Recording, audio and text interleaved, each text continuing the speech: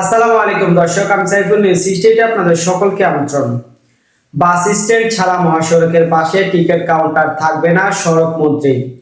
অতিরিক্ত ভাড়া আদায় রোধে বাস স্ট্যান্ড ছাড়া মহাসড়কের পাশে যত্রতত্র বাসের টিকিট কাউন্টার থাকবে না বলে জানিয়েছে সড়ক পরিবহন ও সেতু মন্ত্রী রবিউল শেখ আলম।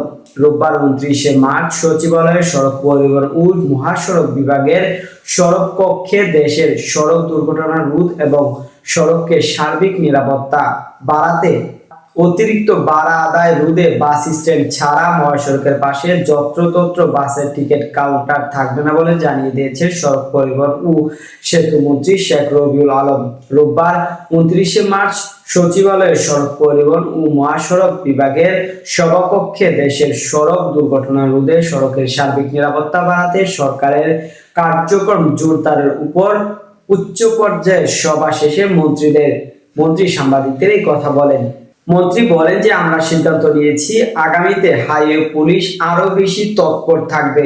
হাইওয়েতে কোনো অবস্থাতেই যেন অস্থায়ী বাজার বসতে না পারে। আমরা গতবার সিদ্ধান্ত নিয়েছিলাম ট্রাক লরি কভার ভ্যান ঈদের আগে 3 দিন এবং ঈদের পরে 3 দিন রাস্তায় চলবে না, কিন্তু আমরা দেখতে পেরেছি যে ট্রাকগুলো এসেছে, নিয়ন্ত্রণ করা যায়নি, যার ফলে কিছুটা হলেও ঢাকা যমুনা ব্রিজে সেখানে একটু যানজট হয়েছিল, স্থবির হয়নি, যান চলাচল অব্যাহত ছিল। অন্যান্য হাইওয়ে ঢাকা খুলনা, ঢাকা চট্টগ্রাম, ঢাকা বরিশাল, ঢাকা আরিচা এই ওয়েগুলোতে বেশ স্মুথলি গাড়ি গিয়েছে। তিনি বলেন যে বাস স্ট্যান্ডগুলোতে যে কাউন্টার আছে সেখানে মালিক সমিতি বেশ তৎপরতা নির্ধারিত ভাড়ায় যাত্রীদের টিকিট দিতে সক্ষম হয়েছে, কিন্তু যত্রতত্র পথে সেগুলো আছে অস্থায়ীভাবে, সেখানে কোনো জায়গায় অনেক সময় নিয়ন্ত্রণ করা যায়নি।